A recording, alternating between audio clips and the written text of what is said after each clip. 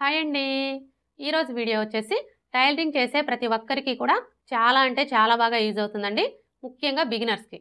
అదేంటంటే మనం ఏ సైజు వారికైనా సరే బ్లౌజ్‌ని స్టిచ్ చేసేటప్పుడు ఈ చంక దగ్గర జాయింట్లనేవి ఇలా సమానంగా రావాలన్నా, అంటే ఈ విధంగా ప్లస్ గుర్తు రావాలన్నా, మనం బ్లౌజ్ వేసుకున్నప్పుడు బ్లౌజ్ ఫిట్టింగ్ పర్ఫెక్ట్‌గా కుదరాలన్నా సైడ్ జాయింట్లు ఏ విధంగా స్టిచ్ చేసుకోవాలి అనేది ఇప్పుడు చూద్దాం. చూడండి, ముందుగా మనం స్టిచ్ చేసుకున్న బ్లౌజ్ని ఈ విధంగా పెట్టేసుకొని మనకి సైడ్ జాయింట్ల వైపున బ్యాక్ పార్ట్ అలాగే ఫ్రంట్ పార్ట్ రెండు సమానంగా ఉన్నాయా లేదా అనేది ఒకసారి చెక్ చేసుకోవాలి. చూడండి, ఫ్రంట్ పార్ట్ని తీసుకొని బ్యాక్ పార్ట్ మీద ఈ విధంగా పెట్టేసుకోవాలి. ఇలా పెట్టేసుకున్నప్పుడు మనకి ఇక్కడ రెండు కూడా సమానంగా రావాలి. ఇక్కడైతే చూసారా, మనకి రెండు కరెక్ట్గా సరిపోయాయి. ఒకవేళ మీరు ఇలా చెక్ చేసుకున్నప్పుడు మీకు ఈ బ్యాక్ పార్ట్ కంటే కూడా ఫ్రంట్ పార్ట్ వచ్చేసి ఈ విధంగా ఎక్కువ వచ్చిందనుకోండి, అలాంటప్పుడు ఏం చేయాలి అంటే మనం ఈ ఎక్కువ వచ్చిన క్లాత్ని తగ్గించుకోవాలి. ఎలా తగ్గించుకోవాలి అంటే ఇక్కడ చూడండి, ఆల్రెడీ మనం ఫ్రంట్ పార్ట్ షేప్ బెల్ట్ని జాయింట్ చేసుకున్నాం కదా, అంటే ఇక్కడ మనకి స్టిచ్ కనిపిస్తుంది కదా, ఇప్పుడు ఈ స్టిచ్ దగ్గర ఇంకొక స్టిచ్ వేసుకొని ఈ ఎక్స్ట్రా వచ్చిన క్లాత్ని తగ్గించుకోవాలి. అంతేకాని ఇక్కడ మనకి క్లాత్ ఎక్స్ట్రా ఉంది కదా అని చెప్పేసి ఇక్కడ కట్ చేయకూడదండి. ఇక్కడ కట్ చేశారు అంటే మనకి చంక రౌండ్ అనేది ఎక్కువైపోతుంది అనమాట. ఎప్పుడైనా సరే మనం ఈ ఫ్రంట్ పార్ట్ బ్యాక్ పార్ట్ ఇలా చెక్ చేసుకున్నప్పుడు మనకి రెండు కరెక్ట్గా సరిపోవాలి. ఒకవేళ మీకు ఈ విధంగా ఎక్కువ తక్కువలు వచ్చాయి అంటే ఈ స్టిచ్ దగ్గరే సరి చేసుకోవాలి. ఇప్పుడు ఇదే విధంగా మనం రెండో వైపును కూడా చెక్ చేసుకోవాలి.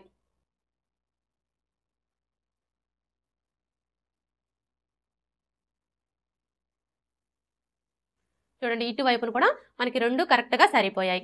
ఇప్పుడు ఇదే విధంగా హ్యాండ్స్ని కూడా చెక్ చేసుకోవాలి. ఫస్ట్ ఒక హ్యాండ్ని తీసుకొని ఇలా సగానికి ఫోల్డ్ చేసుకోవాలి.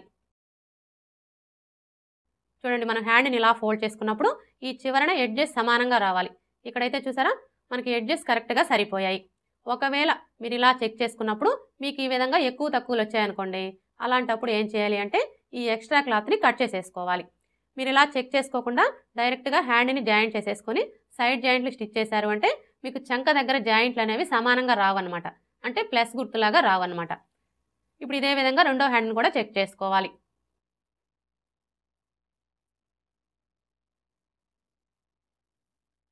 చూసారు కదా, ఇక్కడ కూడా మనకి ఎడ్జెస్ కరెక్ట్గా సరిపోయాయి. ఇలా చెక్ చేసుకున్న తర్వాత ఇప్పుడు ఈ హ్యాండ్స్ని జాయింట్ చేసుకోవాలి. హ్యాండ్స్ని జాయింట్ చేసుకునేటప్పుడు బ్లౌజ్ పీస్ని ఈ విధంగా పెట్టేసుకోవాలి. అంటే రైట్ సైడ్ వచ్చేసి పై వైపునకు ఉండేలాగా పెట్టేసుకోవాలి. ఇప్పుడు హ్యాండ్ని తీసుకొని ఈ విధంగా పెట్టేసుకోవాలి. చూడండి, మనం హ్యాండ్ని ఈ విధంగా పెట్టేసుకున్నప్పుడు హ్యాండ్ పీస్ యొక్క రైట్ సైడ్ అలాగే బ్లౌజ్ పీస్ యొక్క రైట్ సైడ్ రెండు ఒకే వైపునకు ఉండేలాగా చూసుకోవాలి. అలాగే ఇక్కడ చూడండి, మనం హ్యాండ్స్ని కట్ చేసుకునేటప్పుడు హ్యాండ్కి ఒకవైపున లోత్ తీసుకుంటాం కదా, ఈ లోత్ తీసుకున్న వైపు వచ్చేసి ఫ్రంట్ పార్ట్ వైపునకు ఉండేలాగా చూసుకోవాలి. ఇప్పుడు హ్యాండ్ని ఇలా ఫోల్డ్ చేసుకోవాలి. ఇలా ఫోల్డ్ చేసుకొని ఇక్కడ చూసారా, మనకి షోల్డర్ జాయింట్ కనిపిస్తుంది కదా, కరెక్ట్గా ఈ జాయింట్ దగ్గర హ్యాండ్ టక్స్ వచ్చేలాగా ఈ విధంగా పెట్టేసుకోవాలి. ఇలా పెట్టేసుకొని ఇక్కడ నుంచి స్టార్ట్ చేసుకొని 1/2 ఇంచ్ మార్జిన్తో స్టిచ్ చేసుకోవాలి. అంటే మనం హ్యాండ్స్ని కట్ చేసుకునేటప్పుడు ఖర్చు కోసం ఎంత మార్జిన్ అయితే వదులుతామో అంతే మార్జిన్తో స్టిచ్ చేసుకోవాలి. అలాగే మీరు ఇలా స్టిచ్ చేసుకునేటప్పుడు హ్యాండ్ పీస్ని కానీ బ్లౌజ్ పీస్ని కానీ దేన్ని కూడా లాగకూడదండి. లాగకుండా స్టిచ్ చేసుకోవాలి.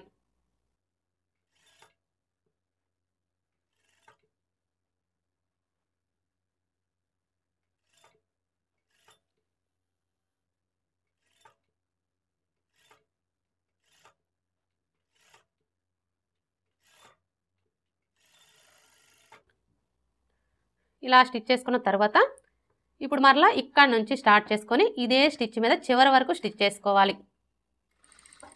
చూడండి, మనకి స్టార్టింగ్ నుంచి ఎండింగ్ వరకు కూడా ఖర్చు అనేది ఒకే వెడల్పుతో స్టిచ్ చేసుకోవాలి.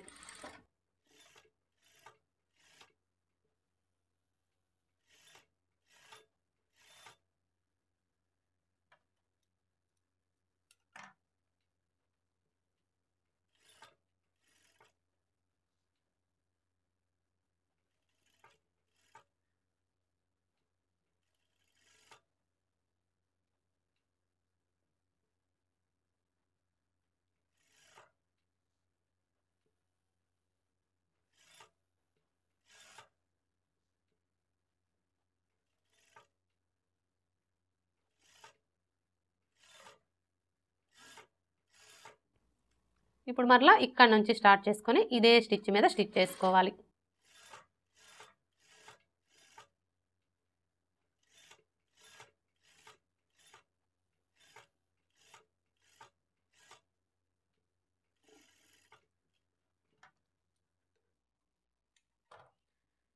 ఇలా స్టిచ్ చేసుకున్న తర్వాత ఇప్పుడు హ్యాండ్ని ఇలా ఫోల్డ్ చేసుకొని మీ నెయిల్తో ఒకసారి రఫ్ చేసుకోండి. ఇలా రఫ్ చేసుకున్నారు అంటే మీకు ఫినిషింగ్ అనేది నీట్గా ఉంటుంది.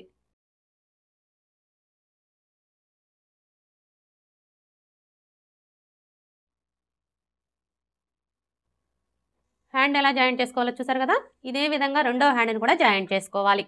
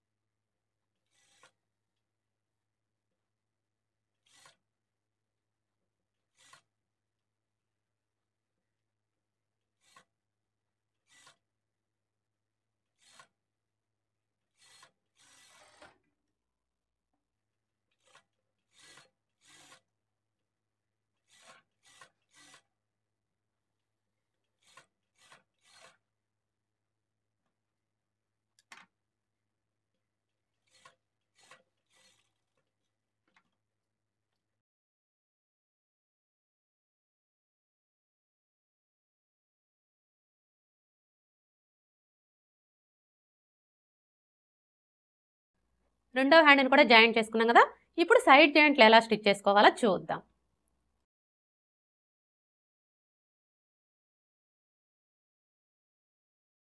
చూడండి, సైడ్ జాయింట్ని స్టిచ్ చేసేటప్పుడు బ్లౌజ్ని ఈ విధంగా ఖర్చుల వైపుకి ఫోల్డ్ చేసుకోవాలి. ఇలా ఫోల్డ్ చేసుకున్న తర్వాత ఇప్పుడు ఆది బ్లౌజ్కి నడుము లూజ్ ఎంత ఉందో కోల్చుకోవాలి. ఆది బ్లౌజ్లో నుంచి నడుము లూజు కోల్చుకునేటప్పుడు ఈ ఉక్స్ పట్టీ దగ్గర నుంచి టేప్ని ఈ విధంగా పెట్టేసుకొని ఇలా కొంచెం కొంచెం పట్టుకుంటూ కోల్చుకోవాలి. ఇలా కోల్చుకున్నాము అంటే మనకి నడుము లూజ్ అనేది కరెక్ట్గా వస్తుంది.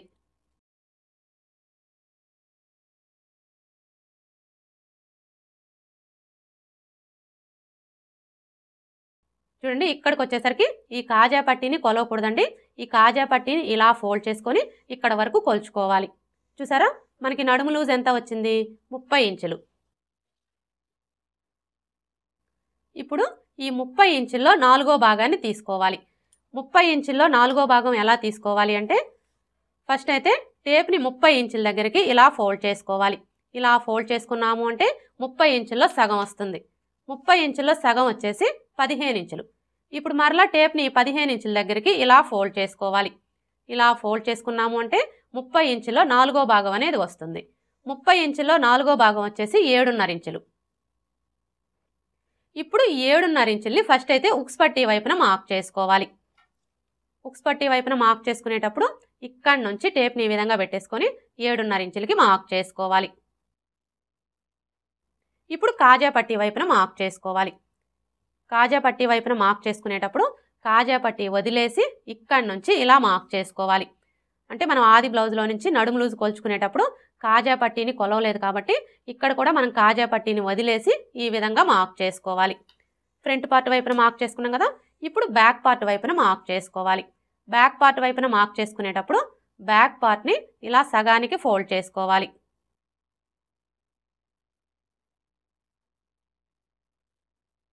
ఇలా ఫోల్డ్ చేసుకొని ఈ ఫోల్డింగ్ దగ్గర నుంచి టేప్ని ఈ విధంగా పెట్టేసుకొని 7.5 ఇంచులకి మార్క్ చేసుకోవాలి.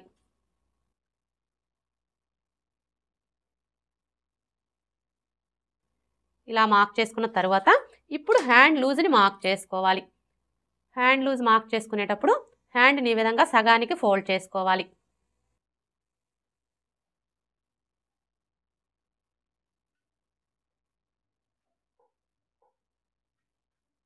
ఇలా ఫోల్డ్ చేసుకొని ఇప్పుడు ఆది బ్లౌజ్ యొక్క హ్యాండ్ని తీసుకొని ఇక్కడ నుంచి ఈ విధంగా పెట్టేసుకొని ఇక్కడ చూసారా మనకి ఫస్ట్ కుట్టు కనిపిస్తుంది కదా, కరెక్ట్గా ఈ కుట్టు దగ్గర ఇలా ఒక మార్క్ చేసుకోవాలి. ఇప్పుడు ఇదే విధంగా రెండో హ్యాండ్ కూడా మార్క్ చేసుకోవాలి.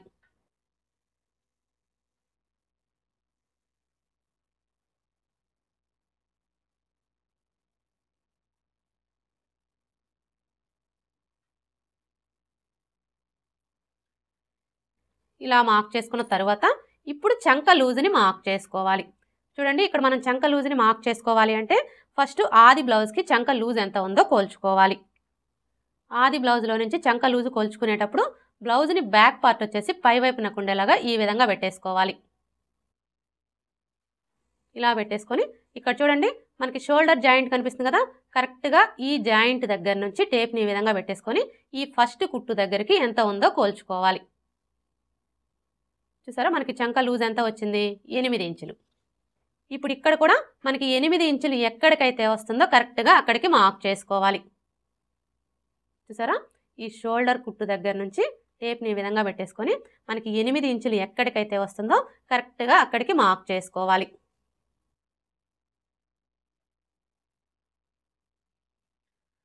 ఇక్కడైతే చూడండి నేను బ్లౌజ్ని కట్ చేసేటప్పుడు చంక లూజ్ కోసం ఎక్కడికైతే మార్క్ చేశానో కరెక్ట్గా నాకు అక్కడికే వచ్చింది.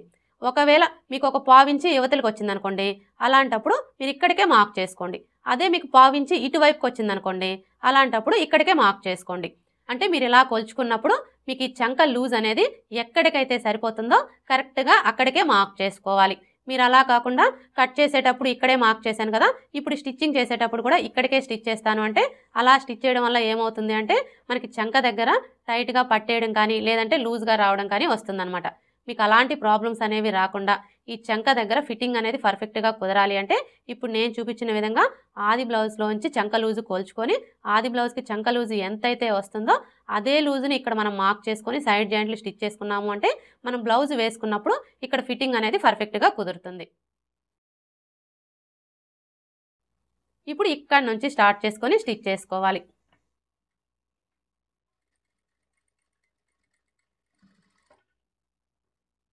ఇక్కడ చూడండి మనకి రెండు వైపులా కూడా ఖర్చు కనిపిస్తుంది కదా, ఈ ఖర్చు వచ్చేసి ఇలా పాద వైపునకు ఉండేలాగా ఫోల్డ్ చేసుకోవాలి. అలాగే ఇక్కడ చూడండి మనకి జాయింట్లు రెండు కూడా ఇలా కరెక్ట్గా ఒకే చోటికి వచ్చేలాగా పట్టుకొని స్టిచ్ చేసుకోవాలి. ఇక్కడ వరకు స్టిచ్ చేసుకున్న తర్వాత ఇప్పుడు ఇక్కడ చూడండి మనం కింది వైపున బ్యాక్ పార్ట్కి అలాగే ఫ్రంట్ పార్ట్కి రెండింటికి మార్క్ చేసుకున్నాం కదా, ఇప్పుడు మనం మార్క్ చేసుకున్న ఈ రెండు మార్కింగ్లు కూడా ఇలా ఒకే చోటికి వచ్చేలాగా పట్టుకొని ఈ మార్కింగ్కి స్ట్రైట్గా స్టిచ్ చేసుకోవాలి.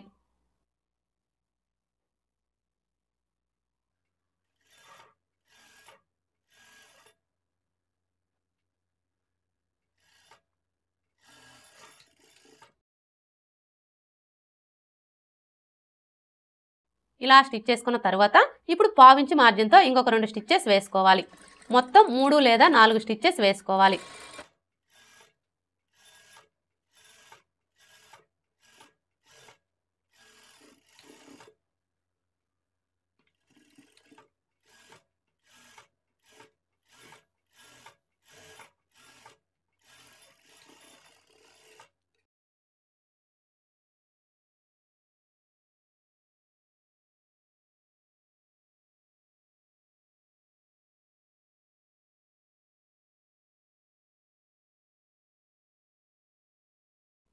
సైడ్ జాయింట్లు ఎలా స్టిచ్ చేసుకోవాలో చూసారు కదా, ఇదే విధంగా రెండో వైపును కూడా స్టిచ్ చేసుకోవాలి.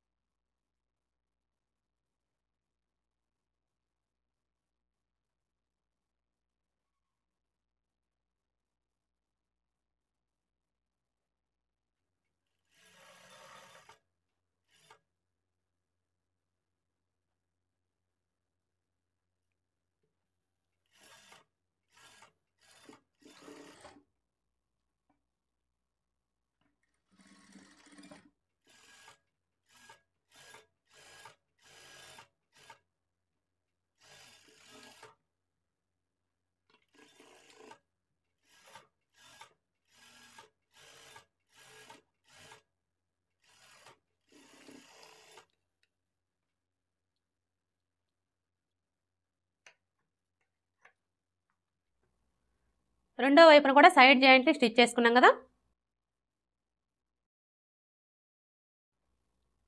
ఓకే ఫ్రెండ్స్, చూసారు కదా, ఏ సైజు వారికైనా సరే బ్లౌజ్ని స్టిచ్ చేసేటప్పుడు ఈ చంక దగ్గర జాయింట్లు అనేవి ఇలా సమానంగా రావాలన్నా, అంటే ఈ విధంగా ప్లస్ గుర్తు రావాలన్నా, మనం బ్లౌజ్ వేసుకున్నప్పుడు బ్లౌజ్ ఫిట్టింగ్ పర్ఫెక్ట్గా కుదరాలన్నా సైడ్ జాయింట్లు ఏ విధంగా స్టిచ్ చేసుకోవాలి అనేది ఈ వీడియో కనుక మీకు నచ్చినట్లయితే లైక్ చేయండి, షేర్ చేయండి, అలాగే సబ్స్క్రైబ్ చేసుకోండి. Thanks for watching.